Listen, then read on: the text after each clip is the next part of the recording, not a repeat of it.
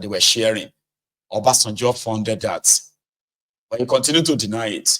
So in part of that interview, here is what the old man had to say and what Nigeria is now.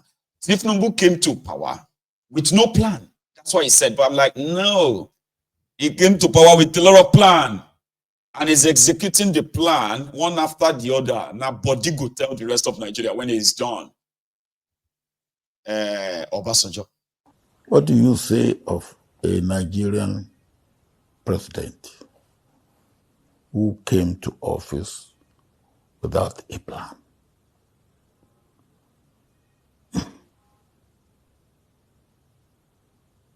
Who came to office without a plan? And then he woke up and just said, oh, 3-point plan. What are the 3 points? What are they going to achieve? Who are the people who have worked on it? Oh, you come and you just open your mouth and make a pronouncement on something that has not been studied. Let me again give you an example.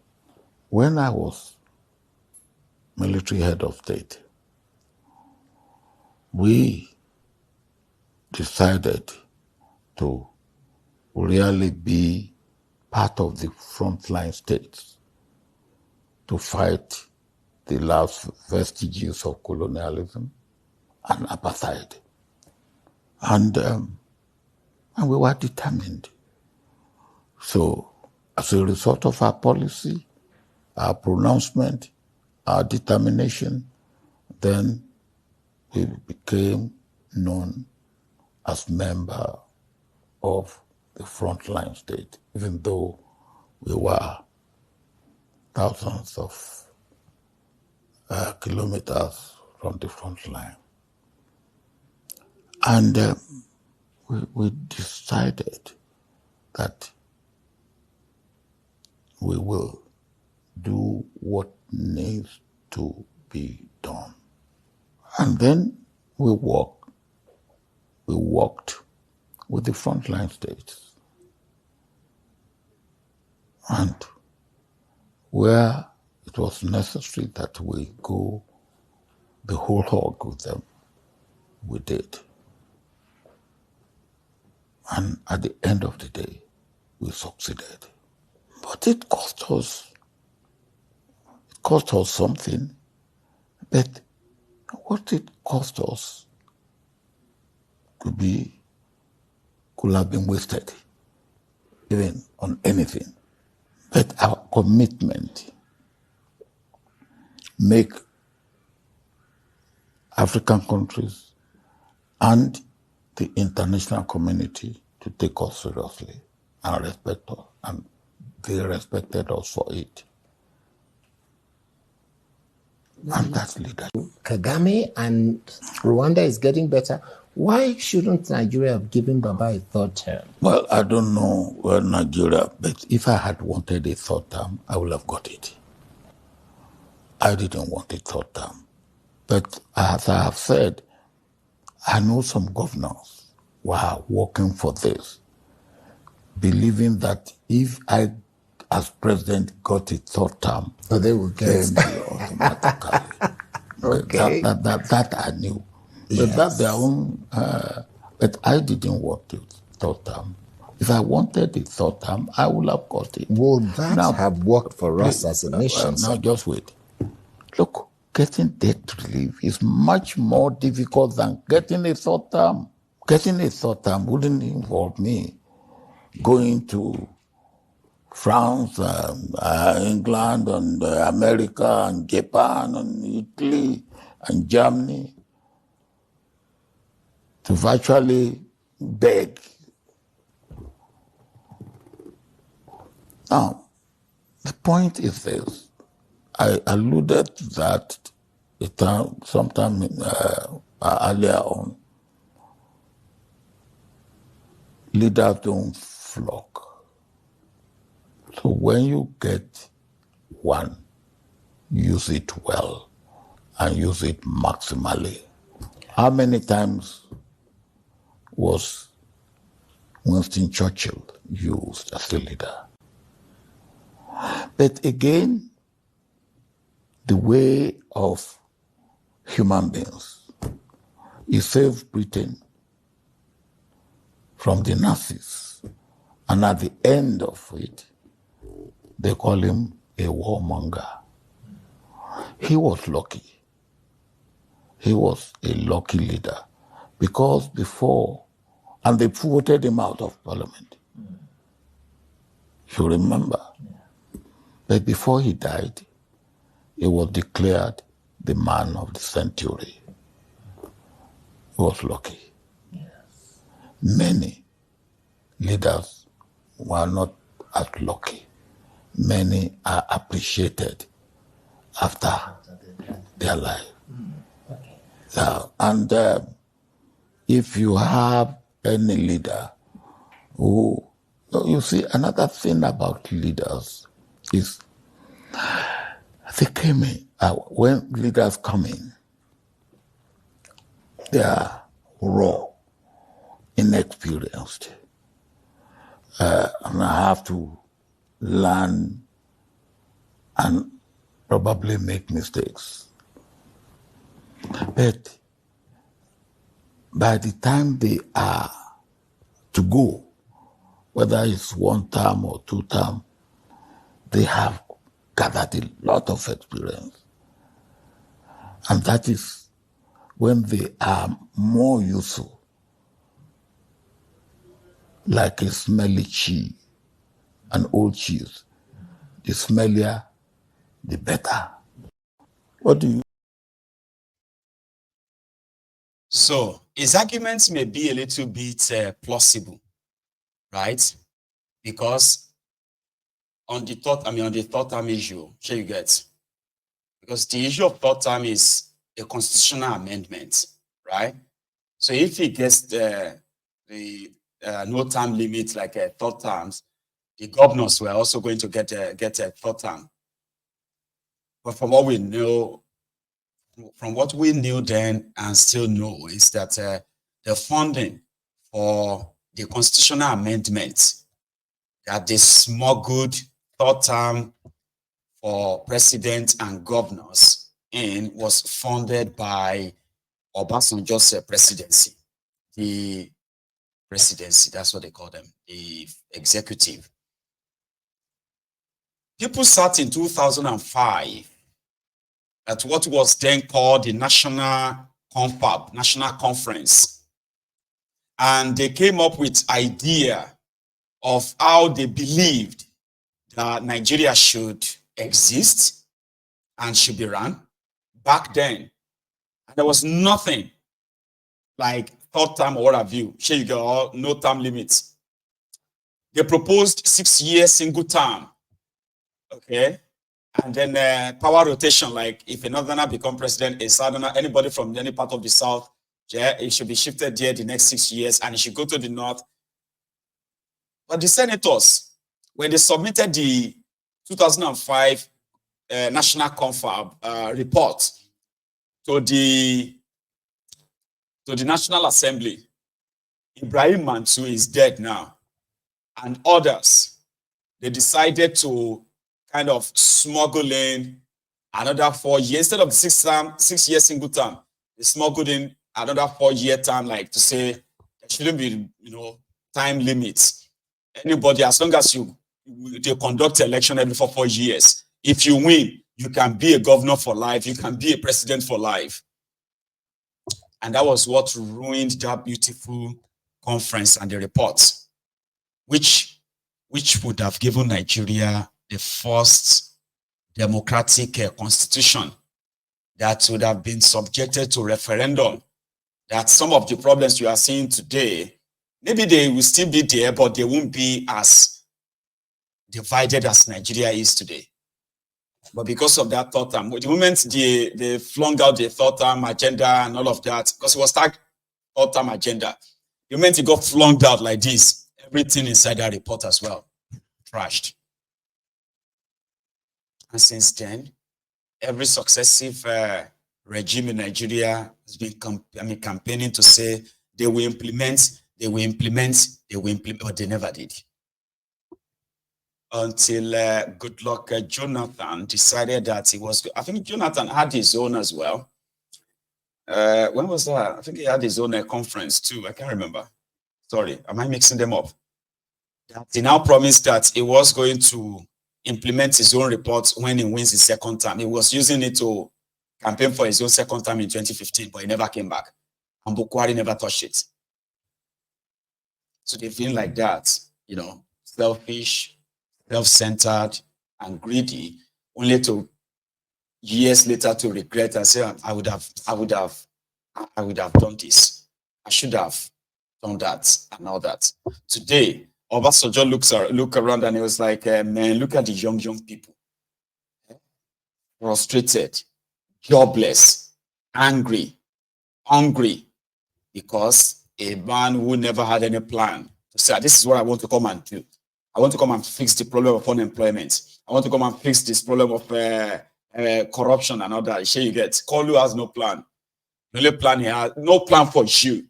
The only plan Kolu has is to make sure that his Lagos boys and every other yes men and yes women, the ass lickers and then the crumb eaters of the highest level, right? Everybody gets a bite.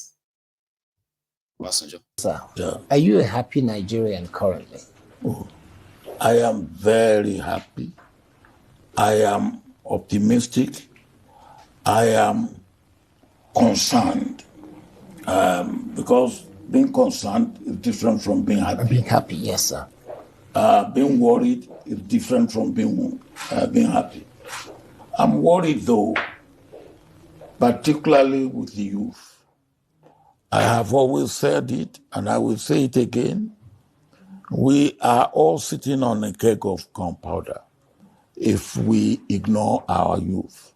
They are frustrated, they are hungry, they are unemployed, and they are angry. They're living in droves as well. Yes. Flying out of the country in large numbers. Now, part of the lecture we had this evening is the amount of money we are losing by the Nigerian youth that gapper. And how can we stop that? I'm worried about that. Happy? Yes, I'm happy with myself. Happy with the nation? I had opportunity, and I did. When I came in 1999, I made $3.7 billion in reserve. And as I've told you, we were spending $3.5 billion to service debt. That's all we had. By the time I left 8 years later, with debt relief, when I came in, we had debt overhang of close to $36 billion. By the time I left, with the debt relief and clearing what we had to clear, the quantum of debt that I left was about $3.6 billion from over 36 or around 36 billion.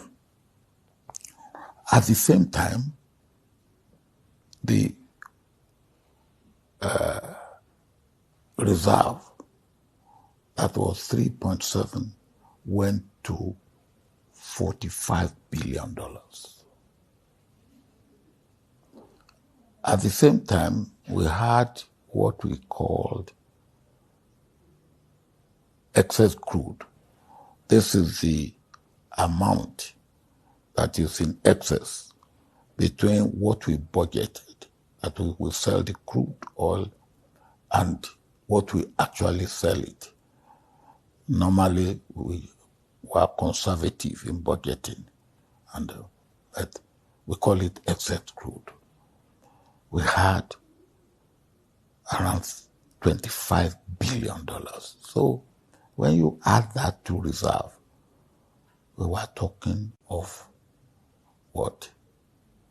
20. Sir, Yeah. are you a happy?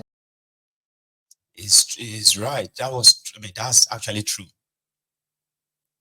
The Ronukus are saying that what is the essence of all of that? Instead of, even if he had used let's say 20 billion of all of that, $20 billion of that money to improve rail, roads, and then power in Nigeria, maybe Nigeria won't be this much. Okay. It is the same thing they said about Peter Obi when he left over 150 billion naira, equivalent of 150 million. He left 75 billion naira and $150 million. Obasanjo came and squandered everything. That's exactly what happened to Obasanjo too. When Yaradua came, there is this amplified lie. I'll keep kind of like correcting some of you, as much as you probably don't like him, the Obasanjo guy, right? There is this long-held propaganda, and it's a pure lie, that Obasanjo looted $16 billion on power. That is not true. What happened is that Obasanjo was building 11 independent power projects simultaneously. They were to cost $16 billion if they ever got completed. And from what we heard, Obasanjo's government already expended over $3.4 billion on this project. At the time, Yaradua took over. So Yaradua was supposed to continue to release the money to these contractors and let them complete this project. What did Yaradua do? The same Yaradua that Obasanjo used Ebego Badia, INEC, to rig in the supposed worst election ever in Nigeria. Yaradua stopped the entire project. The entire 11 power project, he stopped it. Because they heard that Obasanjo budgeted $16 billion for this power project. And Obasanjo, when Yaradua came in, they said the project were just about 40 or 30-something percent completed or completion stage. So he now launched a probe to investigate how much Obasanjo spent on power. Baba, after a year of investigation, those who were investigating Obasanjo's power projects, they themselves were already drenched in the allegation of corruption, bribery, and all of that. Last, the investigated. Now, there was no head, there was no tail. Yaradua died. By the time Yaradua died, the foreign reserve that Obasanjo handed to him, over $44 billion, it has dwindled down to about $39 billion. Nobody has ever asked, what did Yaradua do with that money to this day? In 3 years, Nigeria foreign reserve added no penny. The excess crude account that Obasanjo left for Yaradua was $24.8 billion. By the time Yaradua died and Jonathan became your president, that money already dropped to $22 billion. Till tomorrow, nobody can say, what did Yaradua use the money for? But he's dead.